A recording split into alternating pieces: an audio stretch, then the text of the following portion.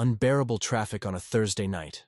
After an exhausting day at the office, all I wanted was to get to the restaurant as soon as possible. Melissa had planned a dinner for my 35th birthday at Bellini's, that fancy Italian place her family loves so much. "We'll be waiting for you at 7 sharp," she said before leaving work early. I got to the restaurant at 7:40, sweating and out of breath. The maitre d' led me to the table where Melissa, her parents Barbara and William, and her brother, Tyler, were already seated. To my surprise, everyone had empty plates in front of them. "Finally decided to show up," Barbara commented as she took a sip of her wine. "Sorry I'm late. The traffic was awful and we decided to start." "Without you," Melissa interrupted. "We didn't know how much longer you'd take." I looked at the table. There wasn't even a reserved seat for me. The waiter brought an extra chair and placed it at the end of the table. Melissa didn't even move to make space for me. "What are we going to order for you?" asked William, not even looking up from his phone. "Anything's fine," I replied, trying to hide my disappointment. Tyler snorted a laugh. "Actually, we're almost done. Maybe you should just order dessert." The waiter came back with a small cake, with a single candle. They sang "Happy Birthday" in a rush as I sat down in that uncomfortable chair. "Happy birthday, dear," said Melissa, stretching out to hand me an envelope. "Your present." I opened the envelope expecting to find tickets to some show or maybe reservations for a trip. Instead, I was holding the dinner bill. $347.86. "I don't get it," I murmured. Everyone at the table burst into laughter. "It's an American tradition, isn't it?" said Barbara. "The birthday person pays the bill." Subscribe to the channel and leave your like to get access to more stories like this. I stared at that piece of paper as the reality slowly sunk in. It wasn't just a bill. It was the physical representation of years of disrespect. I looked around at the grinning faces, and something inside me just broke. Calmly, I folded the bill in half, then again, and once more. "What are you doing?" asked Melissa, her smile faltering. I didn't answer. I started tearing the paper into smaller and smaller pieces. "Stop it," she hissed. "You're playing the fool." I kept tearing. The smiles had now completely disappeared. "This isn't funny," said William, finally putting his phone away. I finished destroying the bill and piled the fragments in the center of the table. "I agree. This isn't funny at all." I got up and grabbed my jacket. Barbara grabbed my arm. "You can't just leave. Someone needs to pay the bill. Maybe the one who ate should pay." "It's your birthday," insisted Tyler. It was just a joke. Without saying another word, I picked up my phone and dialed a number. "Good evening. I'd like to speak with the manager of Bellini's restaurant, please." The silence at the table was palpable. Melissa stared at me in shock. "Yes, I'm at table 14. There's a group here refusing to pay the bill and trying to force me to do it, even though I just arrived." 2 minutes later, the manager showed up with 2 security guards. The horror on my mother-in-law's face made every second of the humiliation worth it. "Are you going to pay now, or would you rather discuss this with the police?" the manager asked. William pulled out his credit card so fast that he nearly knocked over his wallet. The trip back home was an oppressive silence. Melissa was driving, her knuckles white from gripping the wheel so tightly. When we got home, the storm finally broke out. "How could you humiliate me like that?" she yelled, throwing her purse onto the sofa. "Right in front of my parents." "Humiliate? You? You organized a birthday dinner for me, ate without me, and then tried to make me pay the bill. It was a joke. We were going to reimburse you later." "What a brilliant joke, Melissa. Really hilarious." I walked to the kitchen to grab a glass of water, my hands trembling with suppressed anger. "You're exaggerating, like always. My family was shocked by your childish behavior. Your family has been treating me like garbage for years, and you never said anything." Melissa crossed her arms. "Here you go again with the victim act. They just have a sense of humor you don't understand. What exactly is funny? Making a fool out of me? Humiliating me? Treating me like a walking ATM? You're twisting everything. Do you know the difference between a joke and humiliation, Melissa? Everyone laughs at a joke. At dinner, I was the only one not laughing." She rolled her eyes. "You're always so sensitive. It was just a joke that went wrong. You didn't need to involve the manager and the security guards. And you didn't need to bring up the restaurant bill on my birthday. I already apologized. What more do you want?" I looked at her, really looked at her. "You never apologized. Not once since we left the restaurant." Melissa was silent for a moment. "Okay, sorry. Is that enough? Can we move on now?" I ended up sleeping on the sofa. Not because she made me, but because I needed to think. At 3 in the morning, completely awake, I started mentally taking inventory of our marriage. I remembered the time Melissa forgot to include me on the invite to our own Christmas dinner, or when she canceled our getaway just to go to Florida with her parents. The countless times she interrupted me at social gatherings, contradicting my stories or correcting insignificant details. Small incidents that, by themselves, seemed inconsequential. Together, they formed a clear pattern of disrespect. How had I not seen it before? Our apartment was filled with furniture she chose, art she picked out, colors she preferred. My book collection was confined to a single shelf in the office. My clothes took up only about a third of the closet. I realized that I had become a guest in my own life, a bystander, a silent provider. The bills were in my name, but all the decisions were hers. My salary supported our lifestyle, but it was her and her family who truly enjoyed it. How long had I spent listening about Tyler's achievements? How much money had I sunk into William's failed business ventures? How many times had I swallowed Barbara's snide comments about my career, my looks, my family? Hours passed as I unearthed painful memories I had suppressed for so long. The pattern was clear. Small daily humiliations that I had normalized, believing they were just part of a marriage. When the sun started rising, I felt a clarity I hadn't experienced in years. The restaurant incident wasn't an isolated event. It was just the latest in a long series of disrespect, and maybe the most obvious one of all. Melissa walked into the kitchen at 7:30, already dressed for work. She pretended to be surprised to see me making coffee. "You slept on the sofa all night?" "Yes." "Because of that nonsense at the restaurant?" "I thought we had already gotten past it." I carefully set the cup on the table. "Melissa, we need to have a serious talk about our marriage." She checked her watch. "Now? I have a meeting at 8:30. "So when then? Tonight?" "I don't know. We have that thing with the Petersons, remember? Cancel it." She looked at me as if I'd suggested jumping off a cliff. "I can't cancel. I've been trying to seal a deal with them for months. I'm trying to save our marriage. What's more important?" Melissa sighed dramatically. "Here you go with ultimatums again. Things don't work like that. You know? You can't just demand that I drop everything because of some drama you created." "Drama that I created? You all humiliated me on my birthday. Still with that? It was a joke gone wrong, I already said so. You need to move on." I took a deep breath, trying to keep my cool. "If you can't spare an hour to talk about our relationship, maybe we don't even have a relationship left to talk about." Melissa grabbed her purse. "I don't have time for this kind of emotional blackmail right now. We'll talk when I get back if you're being reasonable." Before I could reply, she was already at the door. "Oh, and don't forget to confirm. With the Petersons restaurant for tonight. Reservation at 8. The door slammed, leaving only the echo of her last instructions. Orders, really. As usual, I spent the morning in a daze, wandering around the apartment like a ghost. Every object seemed to tell a story of submission. That super expensive sofa Melissa chose even though my back hurt every time I sat on it. The abstract paintings I pretended to admire just so I wouldn't hear comments about my questionable taste. Even the fancy coffee machine she insisted on buying, even though I'd always preferred simpler methods. Around noon, I picked up the phone and called Kevin, my best friend since college. In recent years, Melissa had drastically reduced our meetups, saying Kevin was a bad influence because he sometimes dared to disagree with her. "I need to talk to someone," I said as soon as he answered. "Did something happen?" There was genuine concern in his voice. "Can we meet for lunch?" 40 minutes later, we were sitting at a modest diner that we used to go to back in college. The place had changed owners 3 times since then, but the menu was practically the same. "Looks like you haven't slept in days," observed Kevin, pushing a cup of coffee my way. I told him everything. The birthday dinner, the bill I tore up, the argument with Melissa, my long night of introspection. The words rushed out like a flood after years of contained rain. "And now I don't know what to do," I finished. "I'm questioning everything."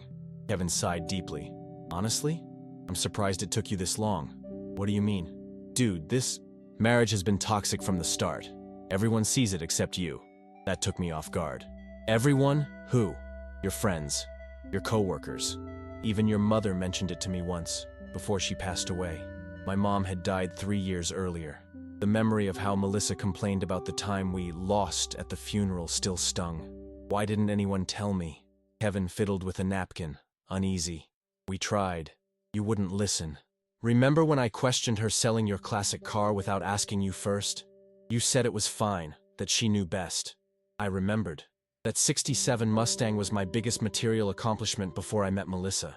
She sold it while I was traveling for work, claiming we needed money for the kitchen renovation, a renovation that, curiously, never happened.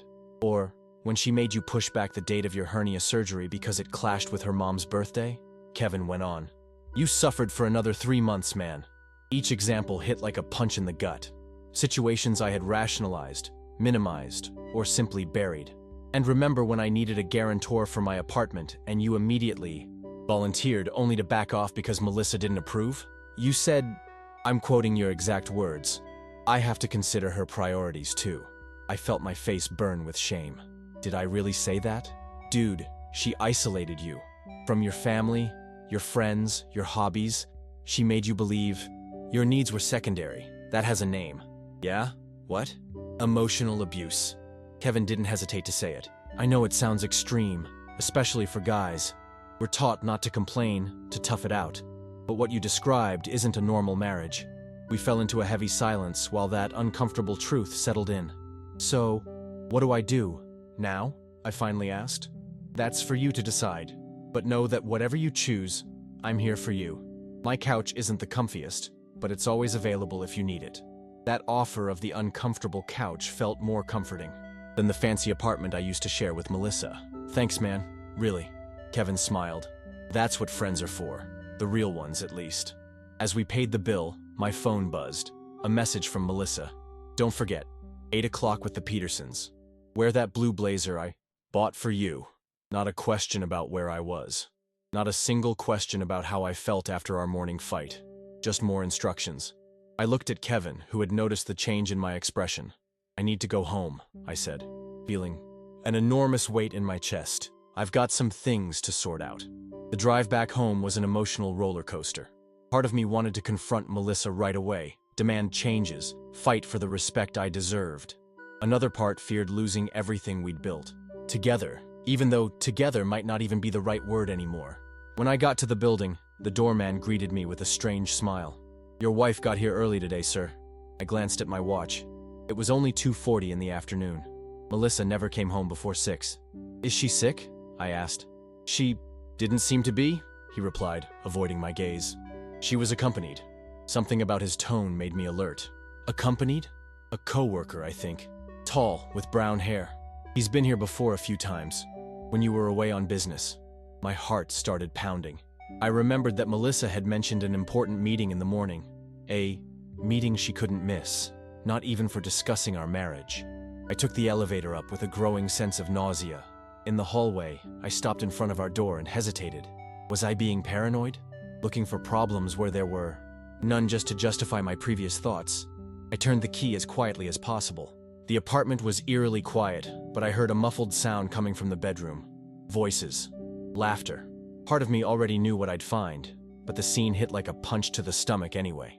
Melissa and a man I vaguely recognized from her work parties, half naked in our bed. Time seemed to freeze. They didn't notice me at first, letting me take in every detail of that betrayal. The wine glasses on the bedside table, the soft music playing on the sound system I'd installed, the clothes scattered on the floor. It was Melissa who saw me first. Her eyes went wide, not from shame, but from irritation at the interruption. What are you doing here? She asked, as if I were the intruder in my own home. The man, David or Daniel, I couldn't quite recall, quickly pulled the sheet over himself, looking genuinely embarrassed. I live here, I replied automatically. This is my home, my bed. Melissa sighed dramatically. Weren't you supposed to be having lunch with Kevin? The casual way she mentioned it, as if she were just making small talk about the weather, left me stunned. She knew exactly where I was. She'd planned this meeting. You were supposed to be in an important meeting, I answered, my voice strangely calm. Important enough that it couldn't be canceled to talk about our marriage. The man began gathering his clothes in a hurry. I think I should go, he mumbled. No, said Melissa, gripping his arm. He should go. Clearly we need some space. It was as if a veil had been lifted. All the clarity I'd felt the night before intensified. This wasn't just a recent fling or a momentary lapse. The way she reacted, as if I were the problem, revealed years of manipulation. How long? I asked. Does that even matter? Melissa snapped back defiantly. Yes, it matters to me. She shrugged. A few months. Almost a year. Actually, a year. 365 days of lies. Of nights when she said she was working late. Of business trips that coincided with my absences. Of meetings on the weekends. The man looked increasingly uncomfortable. "Melissa, you said you guys were separating," he mumbled. "That it was just a matter of time and paperwork." I looked at my wife, utterly perplexed. "We never even talked about separation." "Because you never noticed the obvious," she replied coldly. "Our marriage ended a long time ago. The pieces were all falling into place. It wasn't just about disrespect or a lack of consideration. She had emotionally moved on while keeping the marriage around for convenience. A facade, a financial stability tool as she explored other options. "I'm gonna leave for a few hours," I finally said. "When I get back, I want both of you gone from here." Melissa laughed, that condescending laugh I knew so well. "This apartment is also in my name. You can't kick me out." Technically, she was right, but something inside me had changed. "Then I'm not coming back." I left the bedroom, grabbed my wallet and car keys. I was nearly at the door when I heard Melissa's footsteps behind me. "You're overreacting as always," she said. "These things happen in marriages. People drift apart, look for connections elsewhere. If you weren't so boring, so predictable." I paused with my hand on the doorknob. "So it's my fault then?" "I'm not saying that, but you have to admit our marriage isn't exactly exciting. You never want to do anything different, meet new people, explore. Maybe because every time I suggest something you say it's stupid or childish. Remember when I wanted to take climbing lessons? Or learn how to play the drums? Or travel to Japan? You shot all those down." She folded her arms. "Because they were ridiculous ideas. Responsible adults don't do that kind of stuff."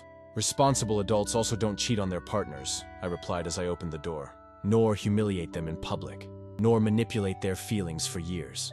I left without looking back, ignoring the insults she began shouting in the hallway. In the parking lot, I sat in the car and took several deep breaths. My hands were shaking, but not from anger or sadness. It was a relief. I drove aimlessly for almost 3 hours, eventually pulling over at a lakeside park. The sun was setting, casting orange hues on the water, a sight that would usually calm me. This time, though, its beauty felt distant, like it belonged to someone else, to another life. My phone wouldn't stop buzzing. Dozens of messages and calls from Melissa, switching between furious attacks. "You're acting like a child." "Manipulative, please." "I'm worried about you, please come back so we can talk." And thinly veiled threats. "You'll regret it if you keep up this drama." I didn't answer any of them. Around 8:30 p.m., the time we were supposed to dine with the Petersons, I decided to call Kevin. "Is that couch offer still open?" I asked as soon as he answered. "Always," he replied without hesitation. "What happened?" "I'll tell you when I get home. It's a long story." An hour later, sitting in the small living room of Kevin's apartment with a beer in hand, I recounted the events of the afternoon. He listened without interrupting, his face shifting from surprise to indignation, and finally to compassion. "I'm really sorry, man," he said when I finished. "Truly. The weird thing is, I'm not even as angry as I probably should be," I confessed.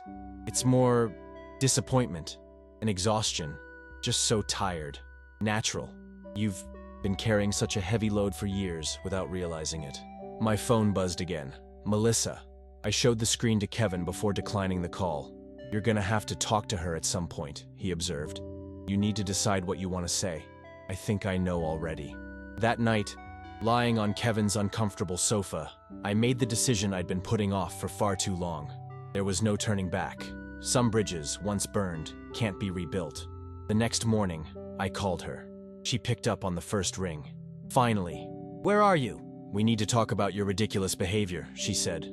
"I'm at Kevin's place," I answered calmly. "Kevin? That irresponsible friend of yours?" Color me not surprised. I took a deep breath. "Melissa, I'm calling to say I want a divorce." There was silence on the other end. For a moment I thought the call had dropped. "Don't be absurd," she finally replied. "You're emotional right now, but you'll get over it. Every couple goes through crises. This isn't a crisis. It's the end of years of disrespect, manipulation, and now, betrayal. I already said I'm sorry about the whole David thing. That was a bad judgment call. Your mistake wasn't getting involved with him. It was lying to me. It was making me think the problem in our marriage was me." Her tone suddenly softened as she switched tactics. "We can fix this. We can do couples therapy. Start over. You still love me. I know you do. That question caught me off guard. Did I still love her? I forced myself to examine my feelings honestly.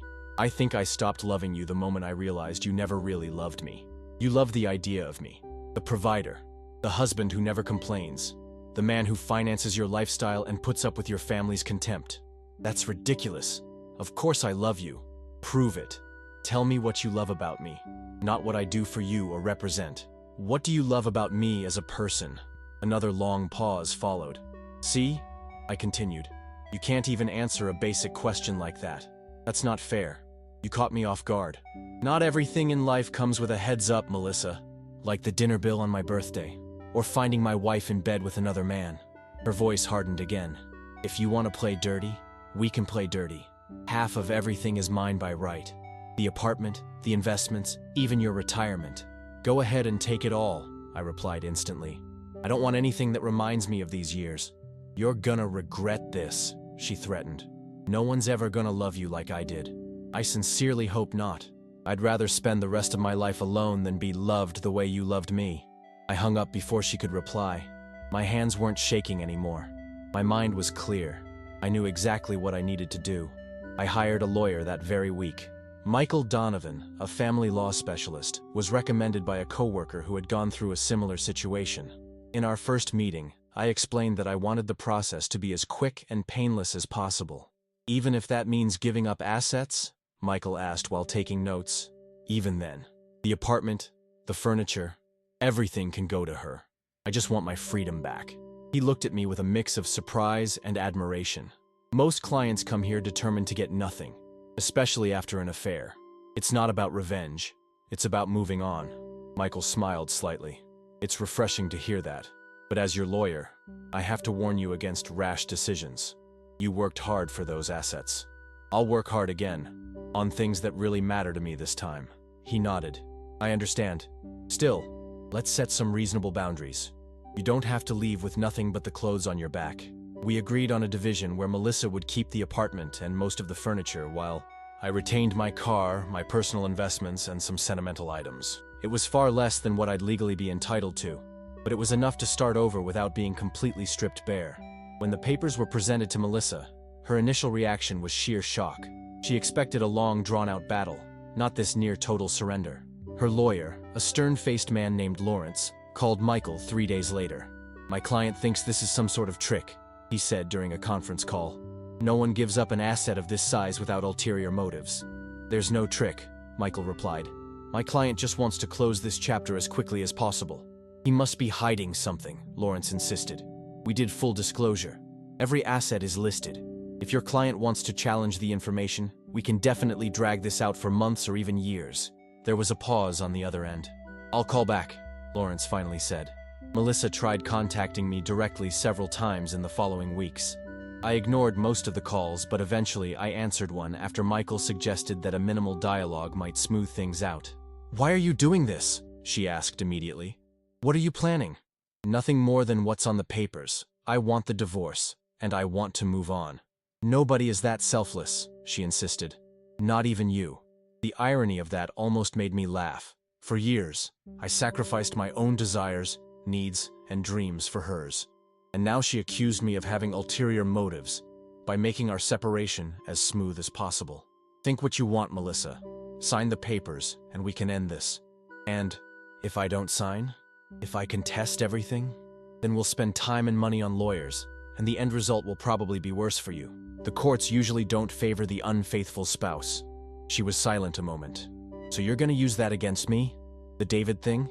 I'm not using any of this against you. I'm offering us a clean break. A week later, Melissa signed the papers. The whole process took less than 2 months, a record according to Michael, who was used to divorces dragging on for years.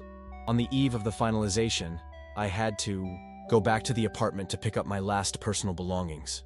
Melissa was there, watching me pack up books, photos, and some family heirlooms. You're really gonna see this through, she observed. Not as a question, but as a resigned statement.